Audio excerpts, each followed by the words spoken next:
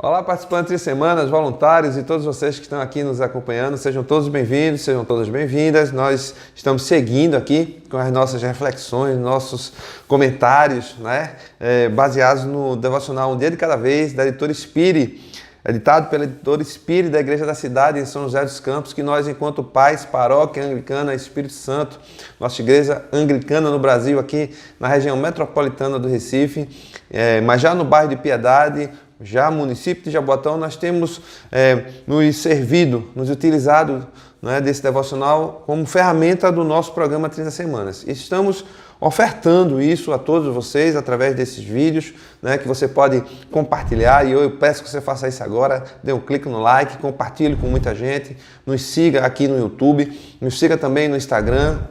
Aproveite todo o conteúdo que nós temos gerado, assista a nossa palestra às quartas-feiras, toda quarta-feira, às 20 horas, você tem uma palestra que pode ir presencialmente, pode assistir pelo YouTube online, ao vivo ou gravado, da forma que você preferir, e vá se preparando, para você que ainda não participa do programa, para o ano que vem, você estar de frente, com o Senhor, enfrentando seus próprios desafios e passando por um processo maior de transformação na sua vida emocional. Pois bem, vamos seguir aqui no nossa semana 26, nós estamos aqui continuando a reparar, hoje com mais um tema no dia 4, hoje é o dia 4 da semana 26, e hoje o tema é Busque Encorajamento.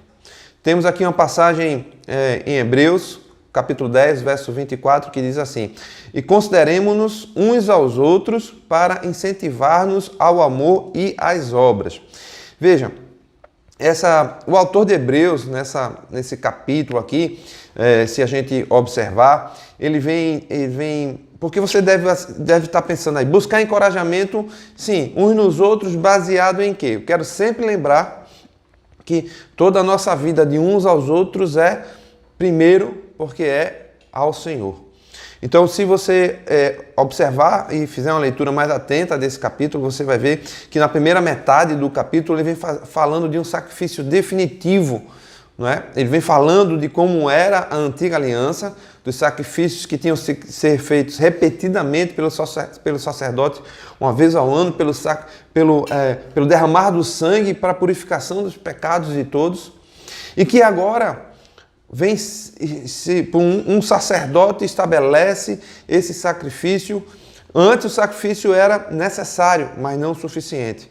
E agora vem um sacerdote que estabelece um sacrifício que é necessário, mas suficiente de uma vez por todas, e nós não precisamos estar agora mais sacrificando de forma repetidamente. Nós agora tivemos esse sacrifício, nossos pecados foram perdoados, e agora nós nos colocamos diante desse sacerdote que é o Senhor Jesus.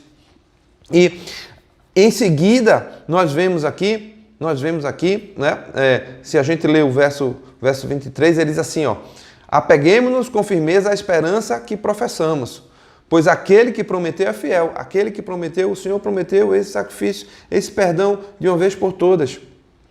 E o verso 24 que nós lemos diz, e consideremos uns aos outros para nos incentivarmos ao amor e às obras. Então, ao Senhor, isso aqui está ligado com os dois grandes mandamentos. Amar ao Senhor sobre todas as coisas. Essa é a primeira parte. E depois, ele vem tratando de amar uns aos outros. E consideremos uns aos outros para nos incentivarmos ao amor e às obras. E no verso 25, ele diz, não deixemos de reunirmos como igreja, segundo o costume de alguns, mas procuremos encorajar uns aos outros ainda mais quando vocês veem que se aproxima o dia. Então veja, o que é que a gente percebe aqui? O que a gente percebe aqui é que nós fomos criados para viver juntos. Nós não fomos criados para viver em isolamento, isolados, em solidão.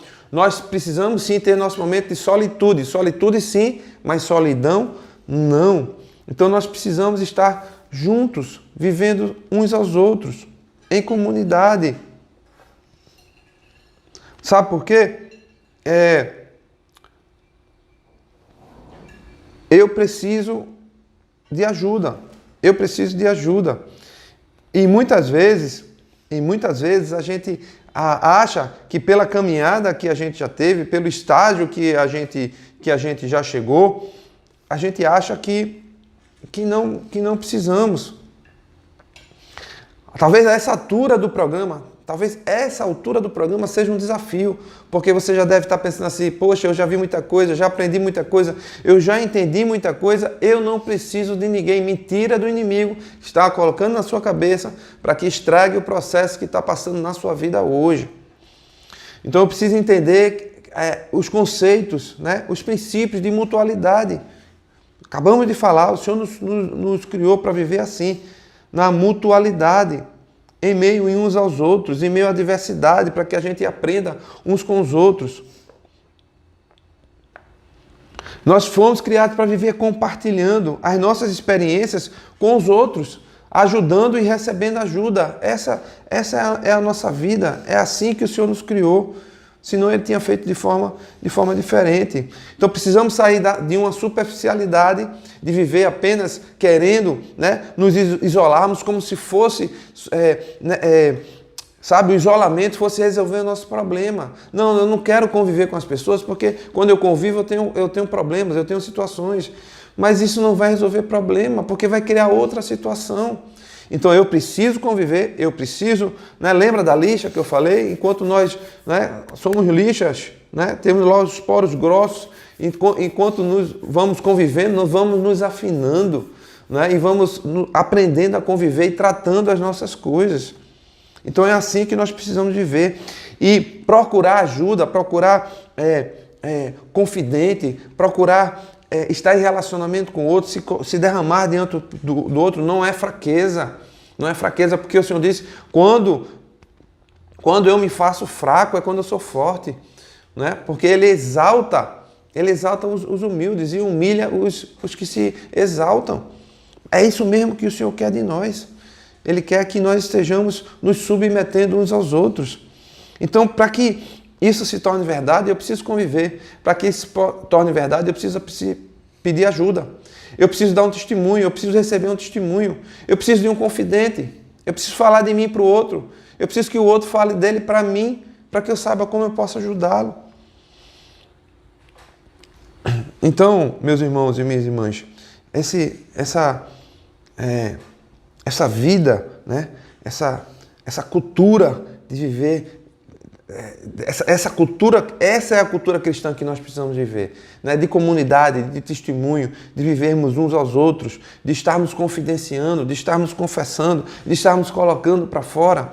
Você já marcou a sua confidência com o seu confidente? O que é que você está esperando mais uma vez? Se esse devocional hoje te pegou, se você estava achando que já sabia tudo, que já tinha resolvido tudo, mentira, o inimigo conseguiu te pegar aí, mas hoje isso está derrubado mais uma vez. Então vai, liga para o teu confidente, marca com o teu confidente, marca essa conversa e coloca as coisas para fora. Deixa eu te fazer 2 perguntas. Qual foi a última vez que você pediu ajuda a um amigo? Qual foi a última vez que você conversou com alguém de peito aberto?